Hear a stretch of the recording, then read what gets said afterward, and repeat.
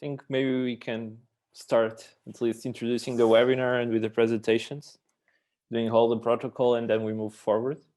What do you think, Pedro? I was unmuting me. That's a good idea. And I will take these minutes and before just to and use this opportunity to, besides those who are here and that will have the opportunity to address, I will like to express my gratitude to the trade commissioners of the Embassy for Canada to Portugal that are constantly helping us in this, improving this connection between Portugal and Canada and these different stakeholders, especially to Fatima Carvalho, who is such a good help in all our activities between these two great countries. I also like to thank to our Portuguese delegation of ICEP, which is our trade and investment agency, especially in the person of its director, Raul Travado in Toronto. And of course, all of you that are here to addressing to this audience, Portuguese audience that is interested in know a little bit more about Canada. To thank you to all of you that are participating here in this webinar, to all the attendees, and also particularly to those who are participating in the collision conference that will be happening next week. I hope this can give you interesting insights and a little bit of context for the networking that you are going to be able to do in the upcoming weeks. So I will introduce now André Ford, who is our communication manager in Startup Portugal, who will be our host for this afternoon. So thank you all, and thank you, André. Thank you, Pedro, and thank you everyone for joining us. So before we move forward, I would like to talk a little bit about Startup Portugal to kind of introduce what we do. We are a private and public think tank that works to connect the Portuguese ecosystem, support Portuguese startups and entrepreneurs. And actually, this webinar is all about that support that we provide in various forms. So one of the ways that we support Portuguese entrepreneurs and businesses is helping them scale up to or expand to new markets. And with the COVID pandemic happening and all the hurdles that we need to go through to open new business opportunities abroad, we decided to set up a series of webinars called the Go Global webinars.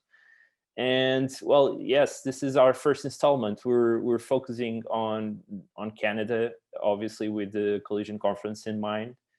And yeah, I think that's pretty much it. If you have any doubts about what Startup Portugal does, please go to our website, startupportugal.com. I'm sure you'll be more enlightened about how we perform and what we do throughout the day and throughout the year. So be sure to connect with us. And if you have any doubts, reach out, please. We will be more than happy to help you. And well, let's move on. I think to kickstart this webinar, we couldn't do in any better way than asking Ambassador of Canada Portugal, Lisa Rice Madan, to join us and to kickstart the webinar in the best possible way. Ambassador, the stage is yours. I will let you to it. Muito obrigada, André. And bom dia a todos. Bienvenue and welcome to this first edition of the Go Global webinar series organized by Startup Portugal in partnership with the Embassy's Trade Commissioner Service. Now, Andre and Pedro suggested that we introduce ourselves, but as Andre has already mentioned, I'm Canada's ambassador to Portugal. What you may not know about me is that I actually started my career in the Foreign Service working on the trade side with the Trade Commissioner Service. So participating in events like this are really like going back to my roots, and I really enjoy them. But in fact, it's actually better when you're the ambassador because you have a fantastic and dynamic Trade Commissioner team behind you. And as Pedro and Andre have already said, Fatima and Emery and Sandra Anna who work with us are fantastic. So it is an honor for me to join you today, and I would like to thank Startup Portugal for kicking off their Go Global webinar series with Canada. It's been our great pleasure to work together since 2018, when Web Summit announced it was going to be holding the conference in Portugal for another 10 years. And as you know, Web Summit's associated conference, Collision, is held in Toronto. Now, Collision might take place in the middle of the country, but from coast to coast, Canada has a long legacy of innovation success. The tech sector is one of the largest economic sectors in Canada, and it continues to grow, driving our prosperity. The migration to digital technologies, accelerated by the pandemic, will undoubtedly carry on as economies recover. So today, you will hear from representatives of Montreal International and Toronto Global, who will speak to you about their ecosystems and the many opportunities that exist for Portuguese tech companies looking at setting up a presence in Canada. You will also hear from successful entrepreneurs who have deep knowledge of the different ecosystems in Canada and who have offered to share their experience with you. So let me say thank you very much to our speakers, Jan Willem, Philippe, Samuel, Roy, Sofia, and Andrew. To those of you joining us, I hope you will take full advantage of the wealth of knowledge they offer. And I understand they are ready for some very difficult questions. After today's event, I encourage you to keep this link with Canada alive. I hope you will connect with innovative Canadian companies at Collision next week. And then later this year, I look forward to meeting some of you at the next edition of Web Summit here in Lisbon, where we hope to welcome a large Canadian delegation. Let me end by wishing you a productive webinar and by making one request. I would ask that you please let the embassy know about your successful connections with Canadian partners and any plans you may have to set up your company in Canada. We would love to share your success with you. Então, muito obrigada, bonne journée, and thank you all. Thank you, Ambassador, for your kind address. Now I think we should move forward. Jan Willem is already here, so the stage is yours. Let's hear about Toronto, please. Excellent. Thank you very much, Andre, and thank you very much, Ambassador, for this great opening. Really excited to be here. Thank you very much for the invite for Toronto Global to present the tech scene here in the Toronto region. So I prepared some slides that I would like to share with you. And for the next 10 minutes, I will show you more about the Toronto tech scene. And not only the tech scene, but also why the Toronto region is such a great area to get into North America. And also how we can assist you with getting into that market. So let me see if I can go to the next slide. There we go. So yeah, Toronto Global, we do investment attraction. So we're government funded, and our services are free of charge and confidential, of course. And we help you getting into Canada, specifically the Toronto region. Our services, you can compare it to Startup Portugal, but we are on the receiving end. So we make all the right connections here. We make the business cases, why the Toronto region and why not Boston, New York, or San Francisco, all the possible funding, but especially the networking part. So you can use us as an organization to make your steps into the Toronto region. And if we look into the Toronto region, we'll see that it's on the east coast of the North American continent, which makes it a really, time-wise, a really good location to collaborate with your colleagues in Portugal. And the 5-hour time difference, sometimes 6, it makes it a lot easier to collaborate at the end of the day or early in the morning. You can also see the Toronto region. It's a 1-hour flight from downtown Toronto to Boston, New York, and Chicago. So it's an excellent gateway to get into the US as well. If we zoom into the Toronto region, it's really truly the economic engine of Canada. We have more than 800,000 businesses in the Toronto region. More than 40% of Canadian headquarters are situated here. And if you look at the economy, it's a 330 billion economy just in the Toronto region alone. So that's pretty massive. What does it mean for you as an entrepreneur? Well, we have a lot of a really diverse economy. So of course, like the ambassador said, we're really big in tech, Canada as a whole, but especially Toronto and Montreal.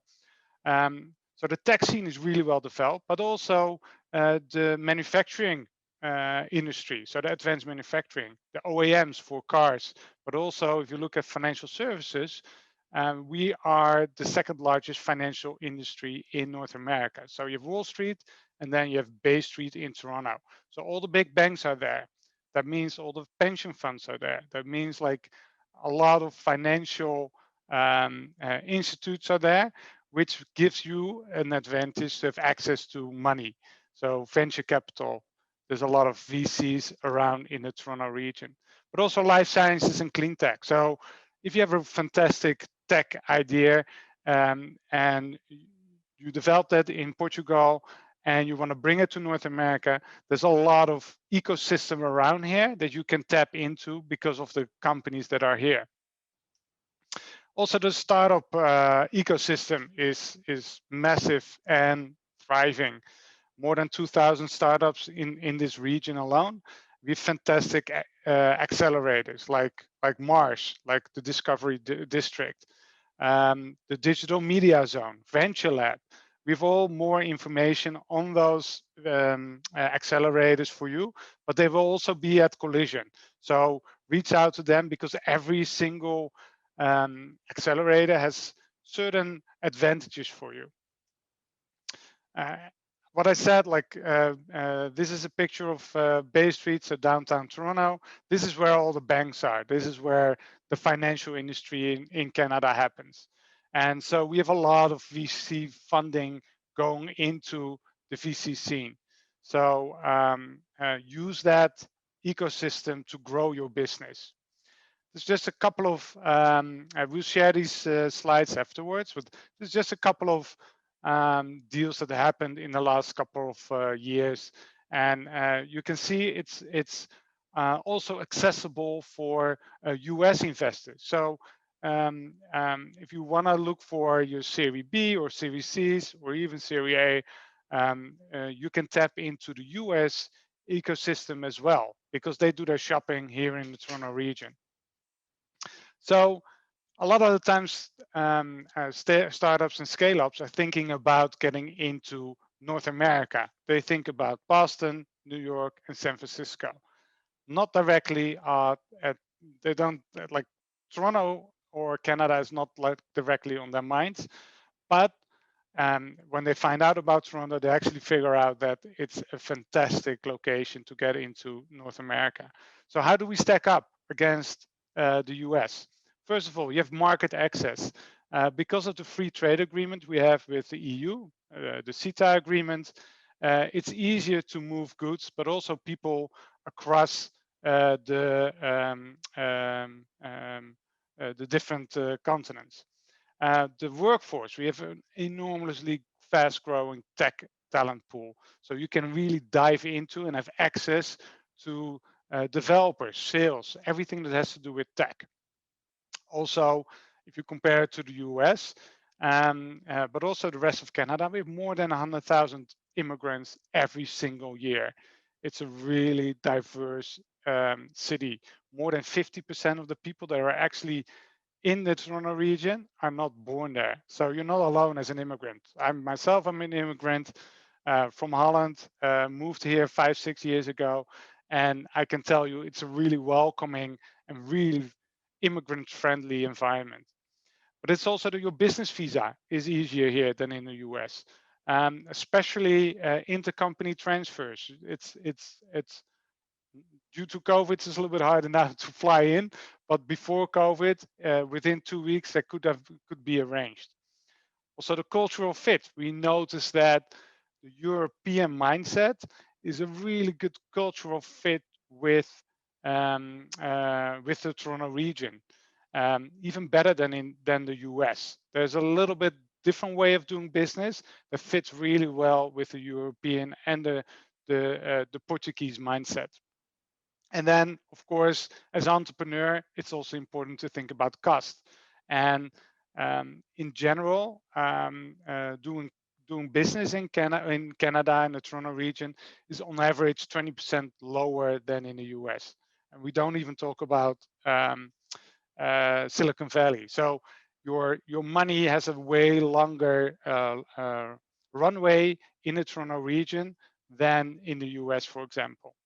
And of course, it's a safe and stable country, political stable, but also, we offer universal healthcare. That's something that you have to pay extra for in the US. So it's the social benefits are a little bit more in line with what you're used to in Portugal as well. And then just go into a few more details. Our corporate taxes are pretty low. It's really easy to set up an entity here. It's like a couple of days work. So there's not so much red tape. And there's a strong government support.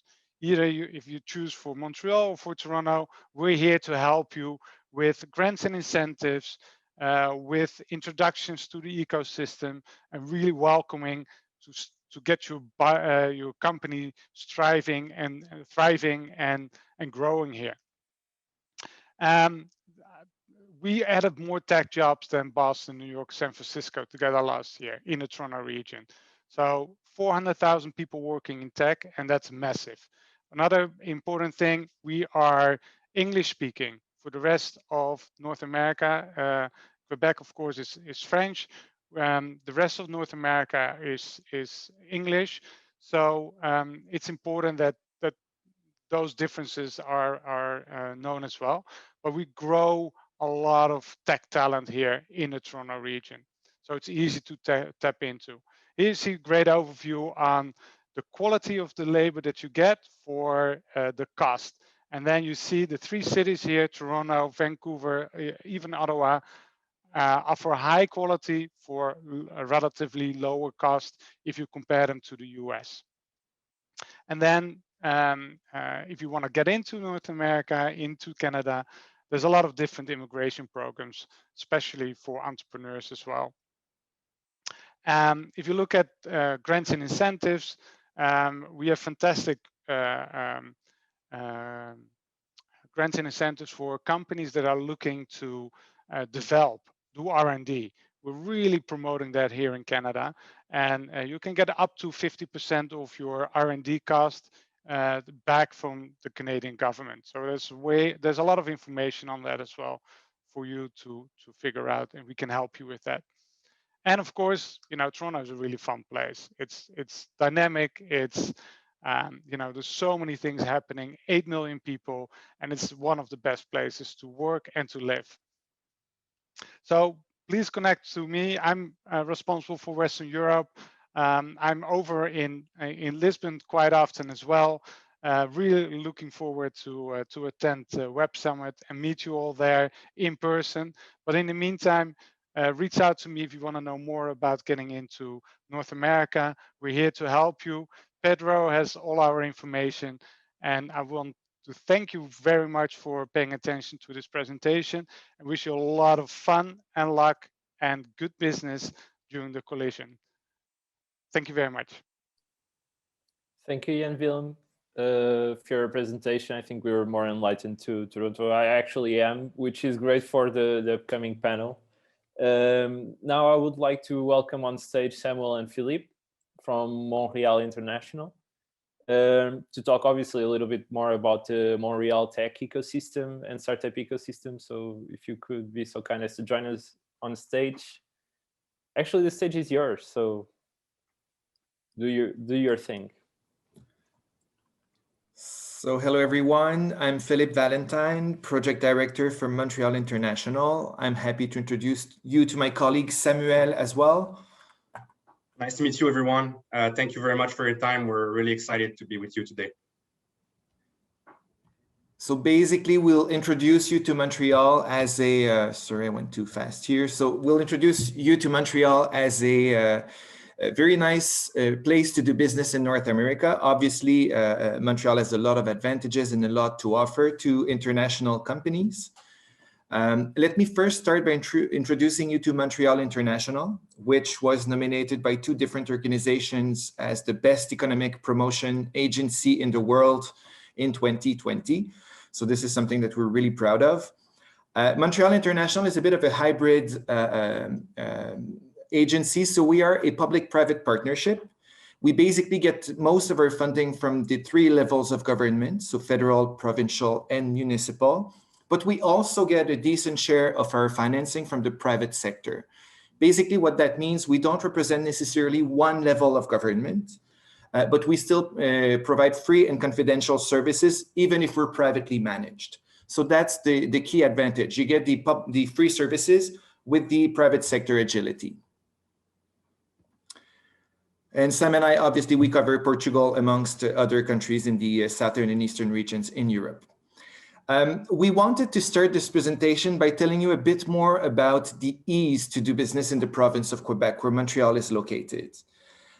So first of all, you need to know that in Canada, in most provinces, you need to have local partners to set up your company. So in Quebec, there's no such requirement. So you can be 100% foreign owned and set up your company here and do business without any difficulty.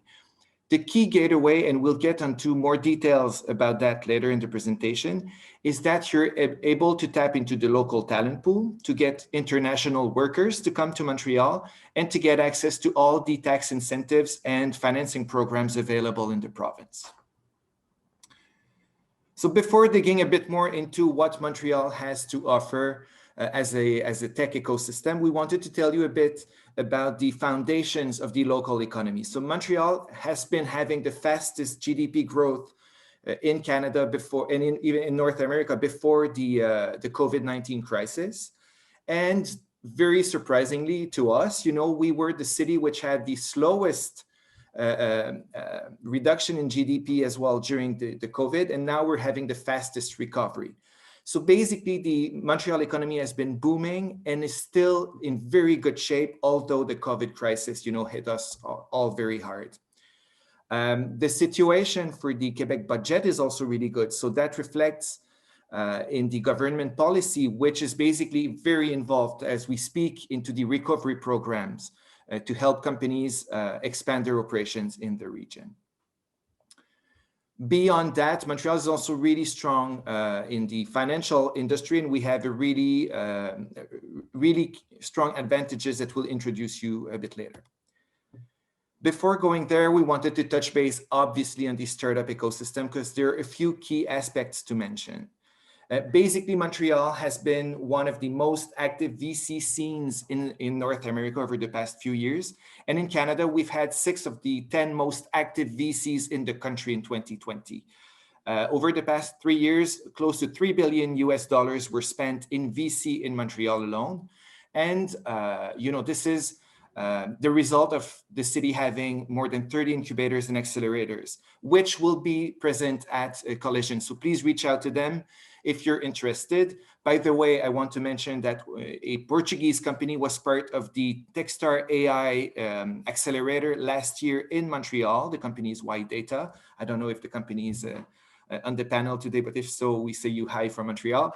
And basically, you know, there are a lot of options for Portuguese companies interested into expanding in North America to do that through one of the many acceleration programs in Montreal. That being said, we wanted to give you a bit a broader overview about the industries that are strong in Montreal. But first of all, we wanted to tell you that Montreal has developed over the past years a very supportive and strong ecosystem. The reason why we've been able to build that ecosystem that is really supportive to entrepreneurs and businesses is that we are really collaborative. And that's one of the signs that we're being able to build a very diversified ecosystem that brings a lot of different perspectives just to be able to reach out the maximum potential of your businesses. One of the building block of the ecosystem in Montreal was the video game industry. 10 years ago, Montreal has put a lot of emphasis to build and create creative industries to build some talent with our schools program and to give opportunities to entrepreneurs and studios, video game studios, to build and develop games in Montreal.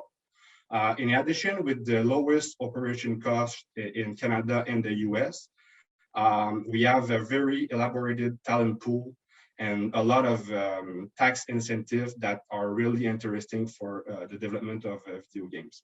We have a few major studios that are here, like Ubisoft and Warner Brothers, that are have their development centers in Montreal. We cannot talk about the life science anymore right now, but it's really booming in Montreal. And over the past years, the government of Quebec have put a lot of resources to build a strong and long-lasting ecosystem to make sure that we can offer everything that we need to our population. We are on all the biotech and big pharma in the world, and we are currently working on the creation of an innovative zone in digital health and AI to make sure that we are in the forefront of the new era of the life sciences. We cannot talk about Montreal without talking about the IT and software development industries. This is the primary tech and the hub of Montreal. And this is about all of the talent pool and the financial incentive that we can offer to businesses and entrepreneurs.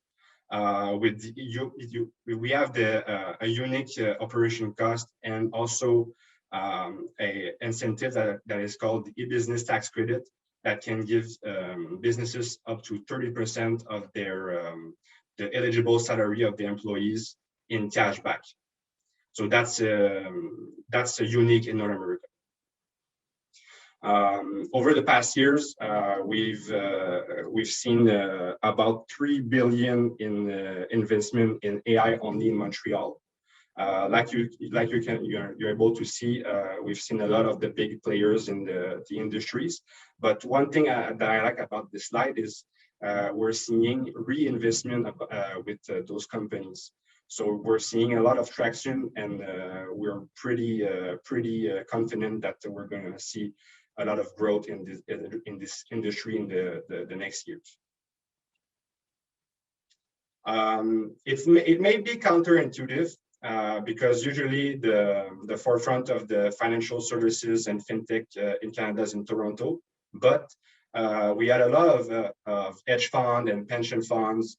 We're really strong in the Asher Tech, legal tech, and also fintech. One of the example that we often use is the example of the Morgan Stanley.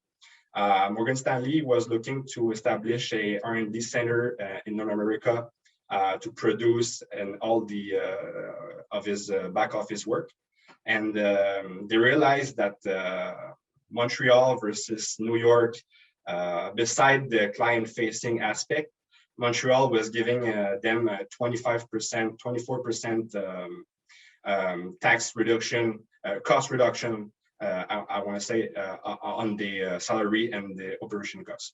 So it was basically a no-brainer for them to establish all the back office services of their companies in Montreal. And that's a really good success story for the city. That being said, Montreal may not be the biggest city in Canada, actually is the second one, but with all the talent pool, the expertise that we have developed over the past years, we have the highest concentration of the tech job in Canada. And that's make us really proud, and we're really optimistic for the futures. So basically, the fact that Montreal has become over the past 20 years or so such a large and important tech hub, especially for nearshoring and cost center options in North America, is explained by a few key factors. The talent pool, obviously, the operating costs, and the quality of life. So basically, let me start with the talent pool. So of course, we do have a strong pool of qualified and highly skilled talent. But there are two other key aspects to mention when it comes to the talent pool in Montreal. So the first one was already touched base by Jan Willem, which is the ease to have foreign workers to come to Canada. So it's fairly easy to get your foreign specialists, whether in-house or even outside of the company, to come to Montreal and be able to basically work for your company through the different work permits which are offered by Immigration Canada. However, there's another key aspect to the strength of the talent pool in Montreal, which I like to underline, and it's the fact that we are the epicenter of the academic world in Canada. So we have the most university institution per capita. We have 320,000 university students in Montreal, which is the highest number in the country. And beyond that, we have 35,000 international students in Montreal.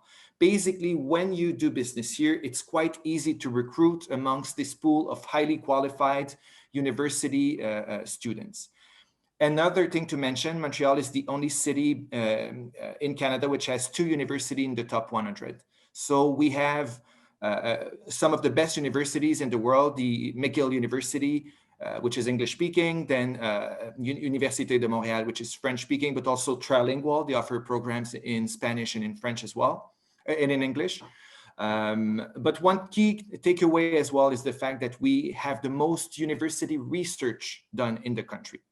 Now, the main thing for you to remember on that is that there's a lot of money spent at the academic level for research, but a lot of that money is actually spent along with private sector partners, such as AI companies or software development companies. So for example, if you're active in cybersecurity, deep learning, or any other IT solutions that you'd like to develop, you can probably partner with universities in Montreal and get a huge part of that research financed or subsidized by the university and the government. Now, regarding the operating costs, Samuel already mentioned the key advantages of Montreal. Morgan Stanley, BNP Paribas, Accenture, SAP are all really good examples of companies which decided to set up their tech operations and their cost centers in North America, in Montreal. But overall, these very affordable operating costs get down to salaries, especially in the tech industry. So in Montreal, you have the lowest salaries. And let me be clear here, it's not because Montreal is a cheap city and it's not pleasant to live here. It's the fact that the costs of living are actually more affordable. So for a lower salary, we have the same and even above quality of life than in most other cities in North America. The real estate market is actually a very good example of that, as it is, the prices in Montreal are less than half what they would be in other metropolitan areas in Canada. So basically, these salaries are, before the incentives which we discussed. And there's one key aspect I really want to reinforce here in the message. Most tax incentives, and I don't like the name tax incentives, are what we call refundable. That means that even if the company pays no taxes in Canada, they still get a check at the end of the year to get a refund on those costs. So for example, if you develop a software, you have 24% cash back on the salary of your software developers. If you develop video games, 37.5% is refunded. And there's no obligation of having, you know, a Canadian sitting on the board or any such requirements. You can be 100% foreign owned. As far as you have employees in Quebec, in the province of Quebec, you're entitled to claiming those cashbacks. Just so you know, these incentives don't exist in most other provinces and in states in the United States. There are other programs which exist to finance the research and development, and of course to subsidize training programs and so on. So we can discuss those programs with you at your convenience based on what you're looking for in North America. Again, keep in mind that this is one of the key aspects for the cost center option that many companies consider to set up in Montreal. Now we touched base on the French part a bit earlier in the presentation, but there's some very interesting facts regarding languages in Montreal. So just so you know, in Montreal, 55% of us are fully bilingual, so we can speak both French and English without any problem. So that means about 2.5 million residents, which is actually the second largest English-speaking pool in Canada before Vancouver. Of course, we can speak French as well, which is the mother tongue of many people in Quebec. But what's very interesting is that 20% of us speak at least 3 languages. And that is not to be seen anywhere else in North America. So basically in Montreal, you get not a talent pool, which is basically, you know, North American in spirit. You get a truly international talent pool, which basically allows you to do business all over the world with people who are fluent in all the languages you may require.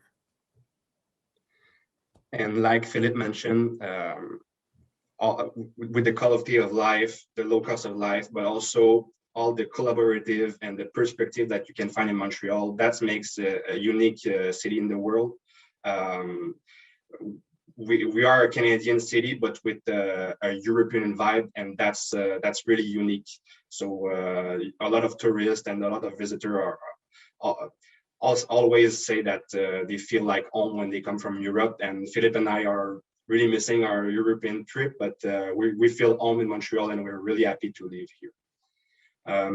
As for our presentation, Montreal International, like Philippe said earlier, we're here to help you. If you have any question, need to build a business case, need to know about more the ecosystem.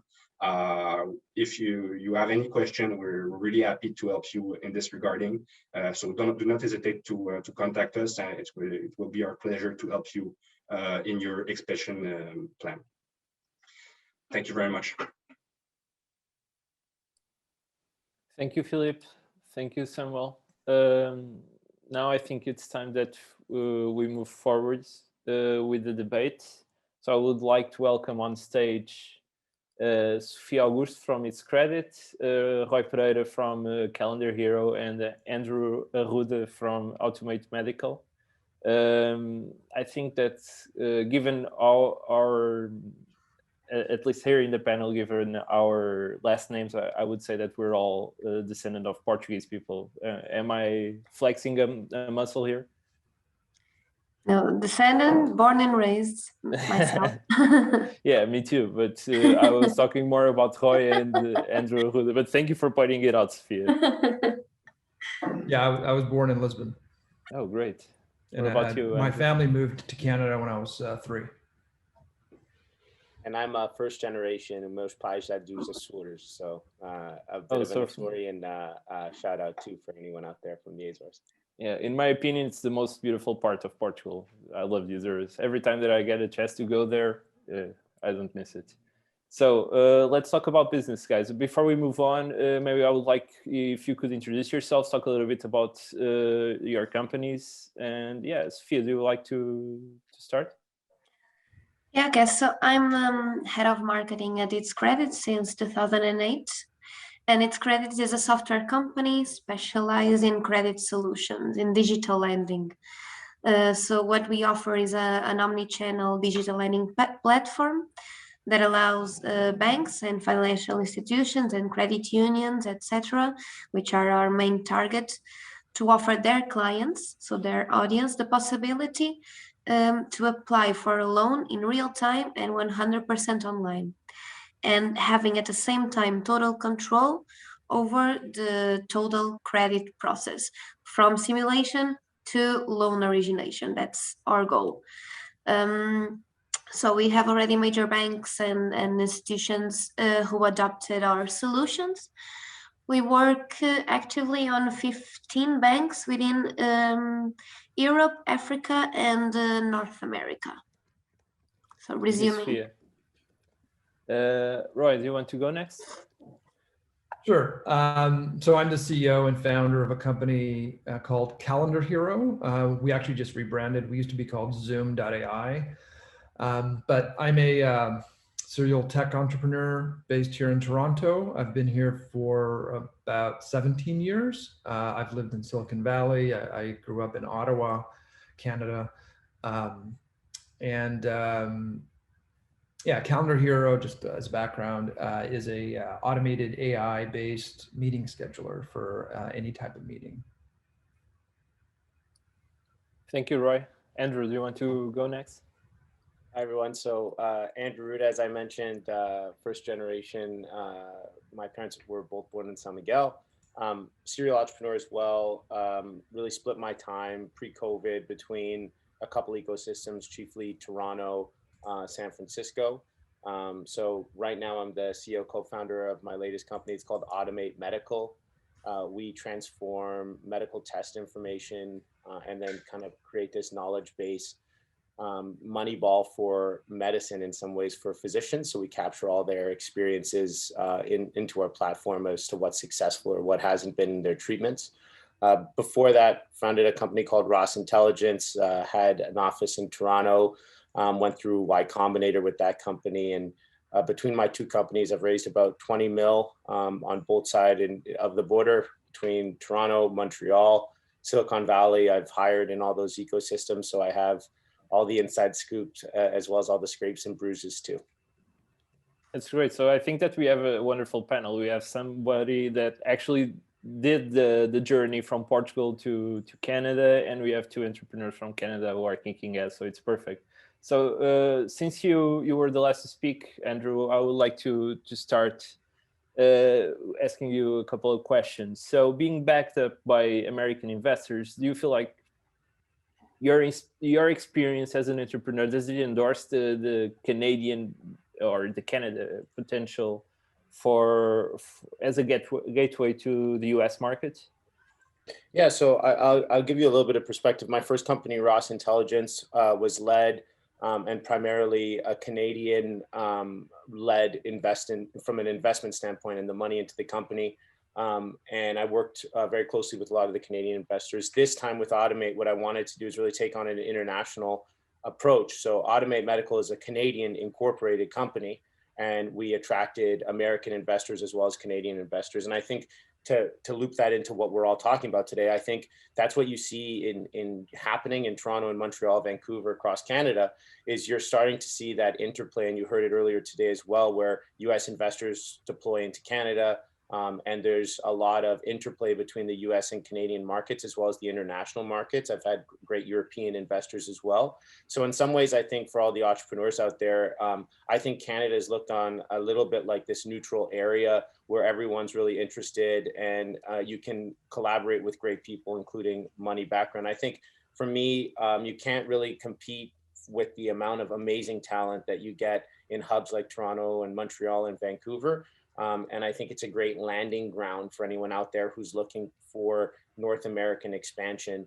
The only thing I would say, and I mean, this is a panel to promote. One thing that I just want to say to all entrepreneurs is before you go and spread, because I've opened offices in different countries and regions, I think it's important that you really nail down the why before you move and what your goals are, and really communicate with different offices like from folks you just heard from, just to nail that down. Because I think sometimes as entrepreneurs, we sometimes can think, hey, the grass is always greener on the other side. And I think, nail down what you're doing, get your business case together, start getting those metrics. And when you're ready for some of that escape velocity, I think I would really try and consider Toronto or Montreal ahead of jumping in, feet first into a place like New York, Boston, LA, or San Francisco. Sofia, actually, that's kind of what ITSCREDIT did, right? You guys started to do business in Toronto, if I'm not mistaken.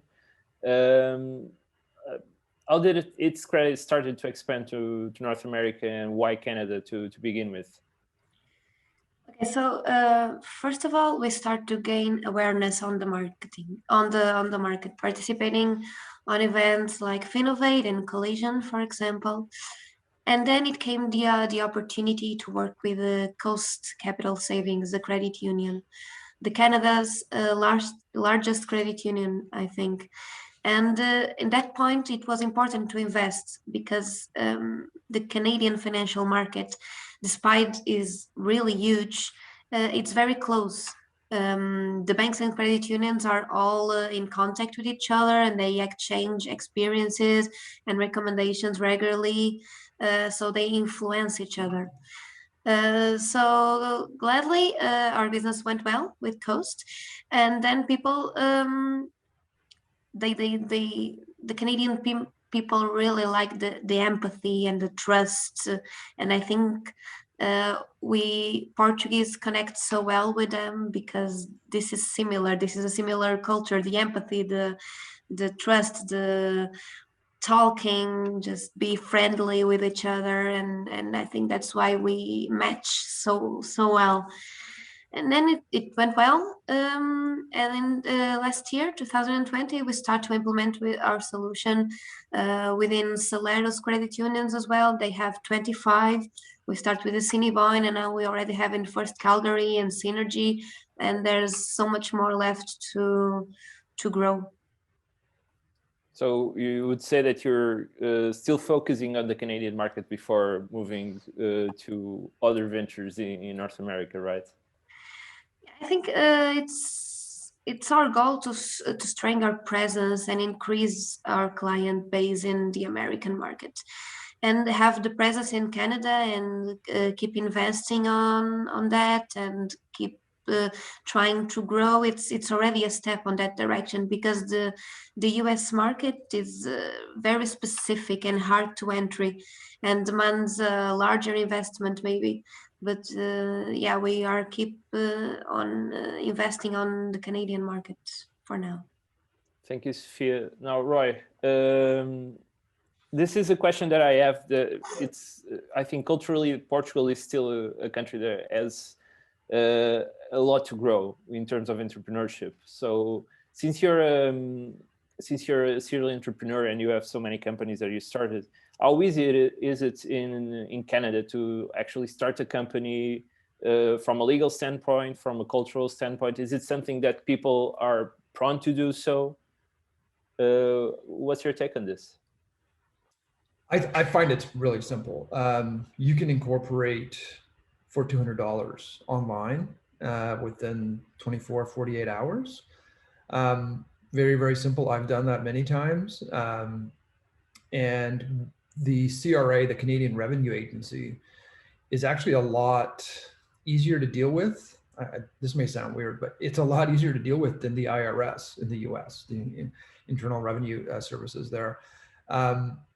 And it's so easy that I know a lot of employees on my companies actually have companies of their own, side hustles, second companies that they play around with.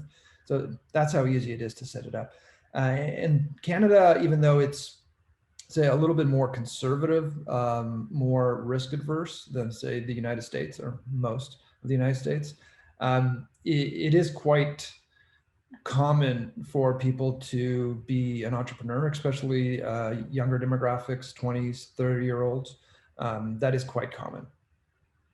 In fact, as a little story, my 10-year-old daughter yesterday set up a t-shirt shop online by herself on Shopify. And now she's asking me for a domain and a company name. That's great. Is she starting to ask for investment, or is it too soon to expand? No, too soon. I'm asking for the traction. Yeah, you need to have some numbers before getting to the investment, but maybe a pre-seed would be okay. I don't know. But I was asking this, and I think that Andrew can actually pitch in on this as well, because in some points in Portugal, being a serial entrepreneur may indicate some lack of focus. Not that I agree with this, but this is something that people might point out from occasionally. So do you think that Canada still looks at being a serial entrepreneur as somebody who creates businesses and generates value as somebody who lacks focus? Is it how do people look upon it? Yeah, I think it's looked upon quite positively. I mean, especially when you talk to investors. Typically, some investors have, you know, the idea that they only want to invest in second or third time entrepreneurs, because the first time you go out there and start a company, you just make a whole bunch of mistakes and you learn from that. I think that being said, they want to make sure that you get into some of the meat on those ideas. So, you know, having a landing page and just incorporating and that being the story of that company, I think no matter what ecosystem you're in, that doesn't necessarily count as a, you know, multiple times. So I think just have your narrative, have your story. And I think a lot of it would just be you're exploring different spaces. And I think it's looked upon quite favorably still in the ecosystem, especially as now, as you've heard, there's just so many tech jobs and there's just openness within the culture. And it is a very kind of a supportive culture for startups right now. So that means, you know, helping engineers find placements, but it also means you need entrepreneurs who are out there creating companies to keep the wheels turning. So definitely a good thing. But like I said, just make sure you have some depth and a good narrative there if it's just a landing page. Thank you. Roy, do you want to pitch in on this? Did Andrew say it all? Yeah, I really like what Andrew said about the ecosystem, and I think it's so important. And when I visited Lisbon for Web Summit several times, I saw the nascent tech industry there and the community growing. And it reminds me a lot of Toronto, say 10, 15 years ago. And that's really, I think, key to building up a great ecosystem. Toronto is, you know, the third largest tech hub in North America, and it's been growing. And it's been growing regardless of who's in president in the United States. And it's been growing because a lot of tech immigration coming in, but also our community. So to Andrew's point, before COVID, there would be a lot of communication, a lot of conversation happening in coffee shops all over the city, everywhere that there's tech companies. And it's a great thing. And you find that also in Montreal, in Vancouver. And that is the sign of a very successful, growing tech community. And this is why Toronto and Montreal have done so well in the global stage. Thank you. Now, going back to Sofia, I know that ITSCREDIT is a spin-off company, so the whole concept of incubation is a little bit different because, I mean, I would say that you guys were incubated in the main company somehow because you share some knowledge, I would say. But given your experience to Canada, how do you look to the community that Andrew and Roy were talking about? Do you feel like getting the first customer, the first client, was it an important step to move on? How supportive were them to your efforts expanding to the market? How do you weigh in on this? Yeah, okay. So our experience is a little bit different, as you said. We are a spin-off from a larger group, which is ITSector. So we had a lot of knowledge before. We brought a lot of people with experience and knowledge with us, and that helped us to grow. But yes, of course, the having the first customer is super important in Canada because of the things I said before, because they talk to each other, they share experiences and references. So when we found someone willing to bet on us and they saw that we were good and our offer was good. So when they were willing to work with us, we just give everything, just 100%, and we invest on that client. And fortunately, it went well, and now we are expanding with more credit unions in Canada. But yeah, for sure, the investment on the first client is very important because it's the trigger that's going to make you grow. and in your opinion, Roy and Andrew, which one of you want to pitch in on this? How key are local hubs for supporting the growth of startups, and how open are them to onboard companies coming from abroad? I'm asking this because, for instance, in Portugal, we have the RNI, so the National Network of Incubators, and data that we've gotten from companies that are actually incubated. The survival rate is around 80%, which is quite amazing for startups, as you know. So I was curious, how key are tech hubs and incubators in Canada's ecosystem in supporting companies and startups? I can tell you from my experience in Toronto that my latest company, Calendar Hero, Zoom.ai, got a tremendous amount of support from Mars, which is an Ontario tech company that helps startups.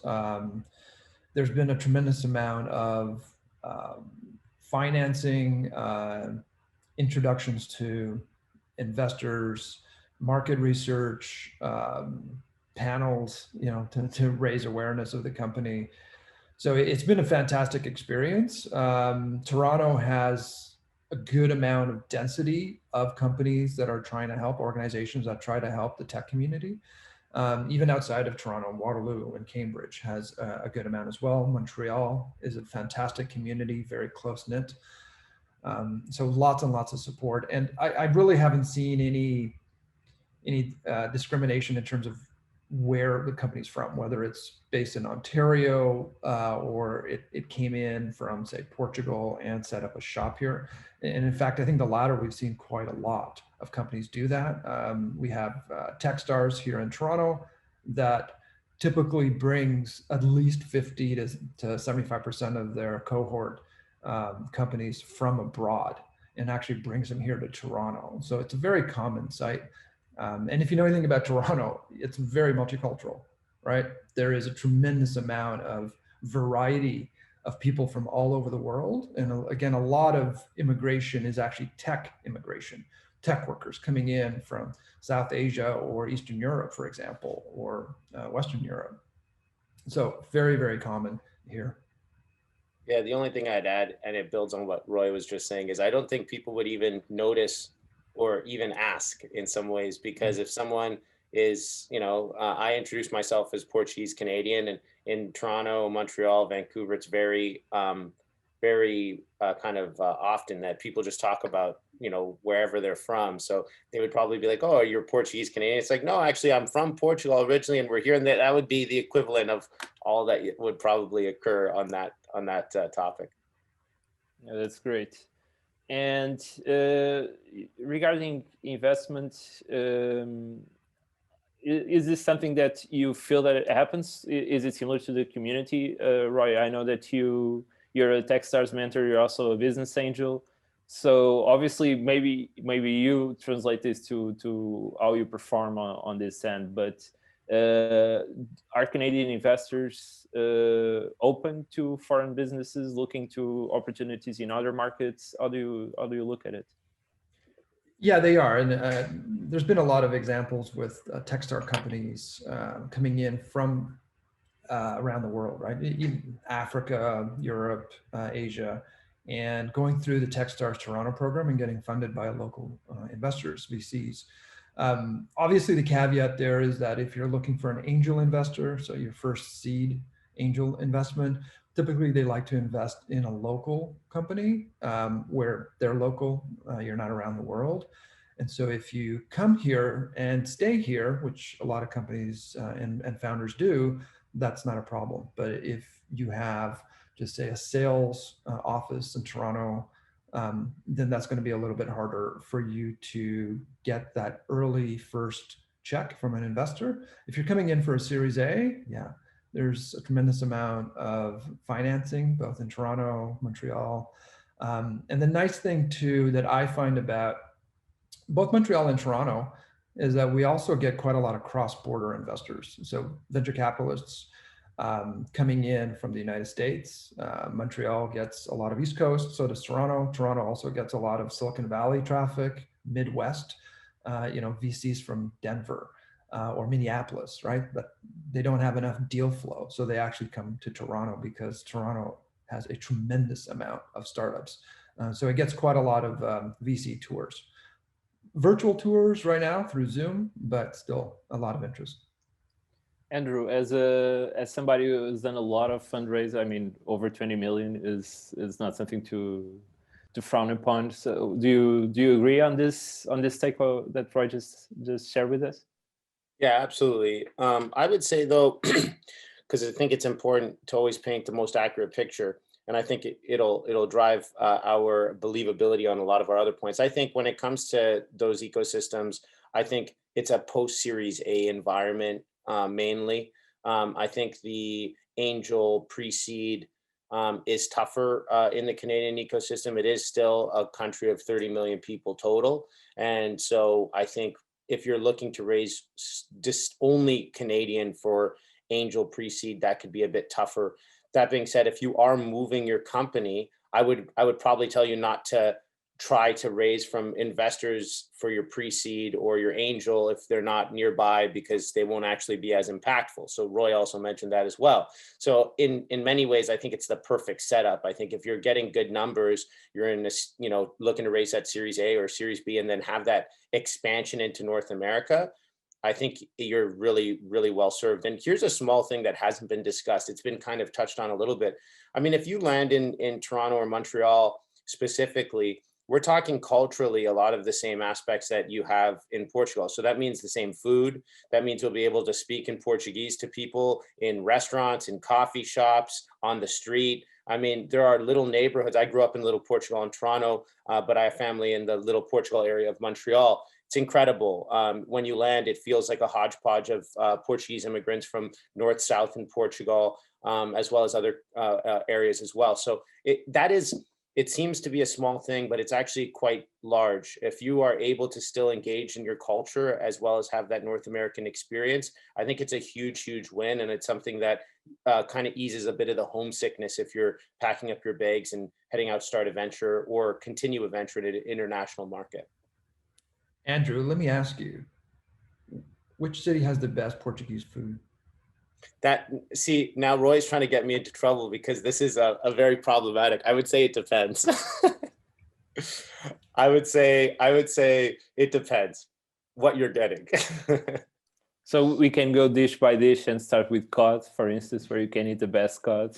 Well, the beautiful thing, Andrea, is that you could, and I mean this you could literally get some of the freshest kind of imports of fruits and vegetables coming in from Portugal directly. So you could eat a fish that was caught in Portugal, within 24 hours in Toronto or Montreal, because there's such a huge diaspora of an immigrant community there. So we're talking literally getting some of the freshest produce, and you really don't skip a beat. You end up getting the same products that you'd see at like a Pingdos or wherever, right in that ecosystem. So it's a small thing, but as a Canadian who's kind of lived here and there and everywhere in between, including I spent some time at the Canadian Embassy in Lisbon, there is aspects of culture that you kind of sometimes miss. And I think that really eases the soul as you take on, being an entrepreneur is so hard that sometimes you just want a nice piece of cod directly from home. And you can get that in Toronto and Montreal for sure.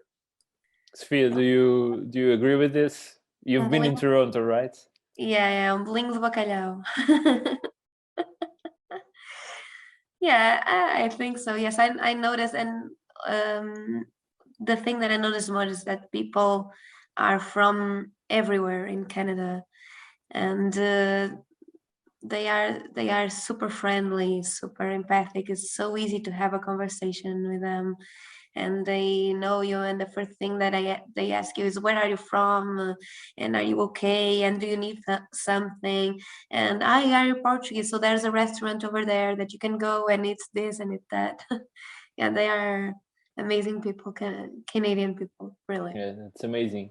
But since you're here on stage and you're already talking, I would like to ask how COVID impacted ITSCREDIT's business in Canada. I mean, you're doing it remote right now, right? Yeah. But in terms of remote work, the implementation of our solutions was already remote before COVID. So Canadian people always showed us a big opening and versatility to do things virtually. So in that point, on that virtually subject, we didn't know much difference because we are used to implement and to work from distance, and it's been okay for us. But the lead generation process was, of course, more difficult, but not only on the Canadian market. Because of COVID, of course, there was no such contact, and banks and credit unions were more worried about getting their people working from home and a bunch of other things that we understand they overlapped the investment that they could do in the solution like ours or in others. So yeah, it was a rough year for everyone, and despite everything, I think that technology and we sell digital lending, and we have an advantage on that because with COVID, everything has to be even more and more digital. So we have that advantage in our favor. And despite all that, so it was business as usual. Yeah, and in terms of remote work, yeah, we are used to do it from distance, and our customers in Canada as well, they are okay with that, with technology, and it's okay. And for Roy and Andrew, how do you guys look at this new normal? Was it easy for you guys to make this adaptation? Did you feel that your business partners were all into it? I mean, we're talking about startups and mostly digital business, so it shouldn't be too much of a hassle, but sometimes it is. Yeah, I'll just say I ended up actually raising a $2 million pre-seed and launching Automate Medical entirely during the times of COVID. So it was a digital raise. I wrote a blog piece on that for anyone out there. It's on my Twitter @AndrewArruda. But I think we are all lucky, whether you're in Portugal or Toronto or Montreal or anywhere in the world, that being in tech, I think we are very fortunate, and we should be grateful about the ease of continuing our operations as a digital first kind of community. I think Toronto, what I would comment on is and this speaks to just the country and the culture, there was a lot of immediate grants available. There was rent relief available for startups. There was a lot of amazing programs that the government moved quickly to protect small businesses, especially those kind of early stage startups were able to tie into government programs really, really quick. So I have operations in the United States as well as Canada. I would say that response in Canada was amazing and really easy. So yeah, I think it's a really great place, and the culture shines through when you need it most, is what I would say. Yeah, Andrew brought up a really good point. The federal government has been insanely good here in Canada for small businesses and specifically tech companies. We've been fortunate to be on the receiving end, because not every tech company obviously succeeded through the COVID lockdown. A lot of them went out of business. A lot of them had to change business models, and you have to be really quick to do that. We were lucky we didn't go through that, but we still were able to pick up on some federal government grants. I think the other thing that I want to say, though, is we're talking about Canada. We're talking about Portuguese startups coming to Canada, great place. But you got to remember that Toronto and Montreal don't just focus on the Canadian market. And in fact, through all of my companies that I've ever started, Canada has actually been about 10 to maybe 20% max of my revenue. And the vast majority of the revenue that we look for is out of the United States. It's a 10x market versus Canada. And there's quite a lot of revenue to be made from the United States. And the nice thing about being, especially in Toronto, I find, is that there is no difference between being in Canada or the United States for an American consumer. They think Toronto's in some state somewhere, some of them. And if they do know where we're at, they don't care. And the nice thing, as you saw from the map, is that we're so close that when we do travel, you know, it's an hour flight to New York City, for example. It's an hour flight to Chicago. And the connections are quite a lot when we go back to flying around. And so this is sort of one market, especially for the tech community. I don't really consider it different. And in fact, we charge in American dollars. We don't charge in Canadian dollars because the vast majority of our customers are in the US. And so that's what you really need to think about. Toronto and Montreal are a great stepping stone into the North American market, not the Canadian market. Thank you, guys. I think that's pretty much it on my end. Now I'm going to open up for the Q&A. But so far we only have one question, and maybe it's actually addressed to Philippe regarding what does it mean 50% to set up a HR program. Philippe, do you want to come on stage? Are you there? I don't know. Yeah, you are. So basically, what exactly do you mean by the 50%, just to be clear? That's what Scott Pereira asked. So I'm not sure what does it mean. I think it was related to something that you said during your presentation about 50% support government to set up the entire program, but I'm not sure what does it mean. So maybe we need to go back to your presentation. No worries. So if we're speaking about R&D programs, what I can tell you in more details is the double component of the R&D tax credits available in Quebec. So basically you have access to the federal component, which is a 15% cashback, which is against your taxes. So it's not a direct cashback, it's against your taxes. You basically need to declare profits and to pay taxes in Canada to get access to that part. But in the province of Quebec, there's a 14% component, which is basically refundable, just like the other tax credits. Basically, if the company is 100% foreign owned, doesn't pay taxes in Canada because they operate a cost center in Montreal, then they can claim 14% cash back on their R&D expenditures, even as a foreign owned entity. I think this is the most generous rate in the country, which is refundable. Obviously, for local Canadian companies, the rates are higher, like in all the provinces. The same for federal, the federal components, which can go up to 50%. So that may be the part where there's a 50% to discuss, but that would be for Canadian-owned companies. So let's say for Portuguese companies, a Portuguese startup interested into setting up operations in Canada, the basic rate in Quebec would be 14% cashback. If the company develops software, there's a 24% cashback on the software development component. That's why so many large players choose to have their cost centers in Montreal for the North American markets. So they'll have, for example, sales rep in Toronto, in New York City, in San Francisco, and the cost center in Montreal, just to mitigate the costs and to be more affordable to their clients. Thank you, Philippe. Now, I think there's a question for Jan Willem that I know that Roy already answered in the chat, but I think it would be interesting to have Jan Willem talk a little bit about this. So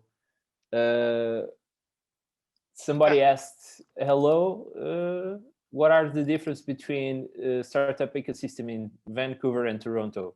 Since we're all here kind of doing a call for Canada, I'd say this is a hard question to answer, but Jan Willem, do you want to jump in? Yeah, of course. I think the major difference is the difference in time. So if you want to tap into the West Coast of the Americas, then you know, Vancouver could be an interesting location. We find a lot of the times that the time difference is just too long to stay connected with the European hub. And also, I think Vancouver is a great location if you want to pursue doing business in Asia, because that's where a lot of the business is going through in Vancouver. But for the rest, yeah, and it's way smaller. And if you look at all the hubs in the East Coast, you know, Boston, New York, San Francisco, Boston, New York, Chicago, you know, it's so easy to fly in and out of Toronto. And from the West Coast, Vancouver, it's just a little bit harder. And, you know, Toronto region, we have all the big industries here. So it's easy to tap into your clients. And although Vancouver is a fantastic city to live, and the quality of life is fantastic, the business opportunities are a little bit less than I would say in Montreal or Toronto. Thank you, Jan Willem. So we don't have any more questions. So obviously, I would like to thank you all for joining us. Andrew, Roy, Sofia, it was great to pick up your brains and ask some key questions. I hope it has been insightful for Portuguese startups, and I hope you guys had fun here. Obviously, Absolutely. thank you. Thank you very much. Yeah, thank you. Thank Obviously, you. thank you to Ambassador of Canada to Portugal, Lisa Rice Madan, for an amazing introduction. Thank you again, Jan Willem. Thank you, Philippe and Samuel from Montreal International. And thank you all for joining us. We'll be sharing the webinar later on, so do follow us on our social media and so on. And in case you need any doubts, just give us a shout, and we'll be. I think it's okay to say that we can put you guys through to either one of our panelists. I don't know if it's okay to say so, but I would be glad to just connect you all. So feel free to give us a shout out if you need to. So once again, thank you guys for joining us and for sharing your time and your thoughts with us.